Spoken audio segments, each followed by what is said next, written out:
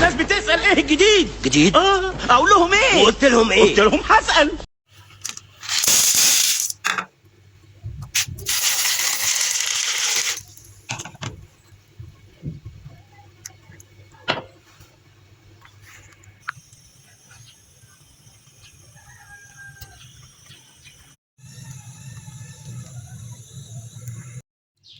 السلام عليكم ورحمة الله وبركاته. يا أهلا بكم على مطبخ الكحيانين والجماعة المفلسين. سيد أفندي المفلس دائما والمسكين. النهاردة هنعمل مكرونة حارتنا. معانا صلصة عصرينها، طماطم فيها بصلاية مقطعينها، معانا كوبايتين مكرونة، 7 بهارات بتوع كنوز، معانا كزبرة ناشفة، فلفل أسمر، ملح، مكعب مرقة لحمة، كوباية مية، ربع كوباية زيت. خليكم معانا، اوعوا تروحوا في حتة. بعد ما سلقنا المكرونة هننزل بربع كوباية الزيت بتاعتنا في قلب الطاسة بتاعتنا،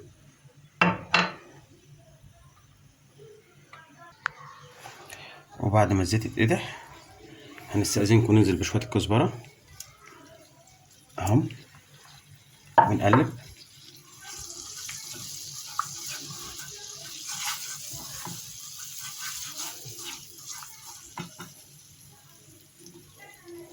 وبعد كده ننزل بالطماطم بتاعتنا،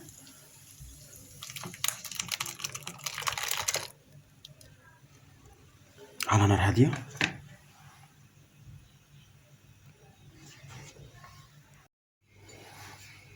ونزلنا بالملح والفلفل الأسمر وبقية الكزبرة، ونقلب كل ده على نار هادية عشان تتسبك معانا.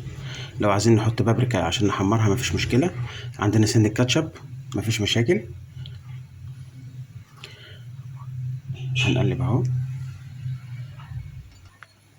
وهننزل بسن الكاتشب اهو تدي تستي، ونقلب.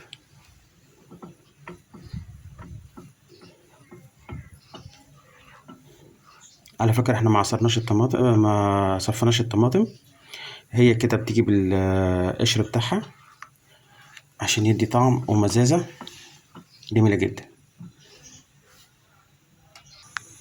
وهنحط شوية سكر عشان الحموضة، وبعد كده هننزل بمرقة اللحمة اهي، وراها السبع بهارات بتاعتنا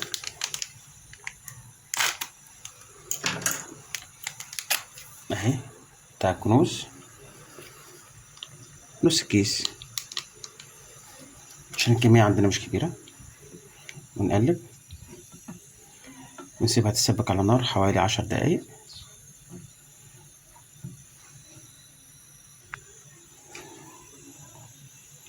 وابتدت تتسبك معانا اهي على التقليب المستمر. احنا زودنا شوية مية صغيرين كده استأذنكم عشان كانت تقيلة شوية. الصابح اللي بيصبح، اللي بيغمس بعينه وبيلعب بديله، الهامور اللي يخليك امور، السهليه اللي ترجع العجوزه صبيه، سجان اخواننا اللي يشفوا دوا العيان.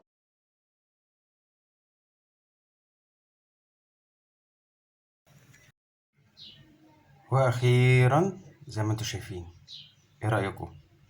مكرونة حارتنا، مطبخ سيد افندي المفلس دائما والمسكين. اوعوا تنسونا في اللايك والشير والاشتراك. هم النم يا جمال.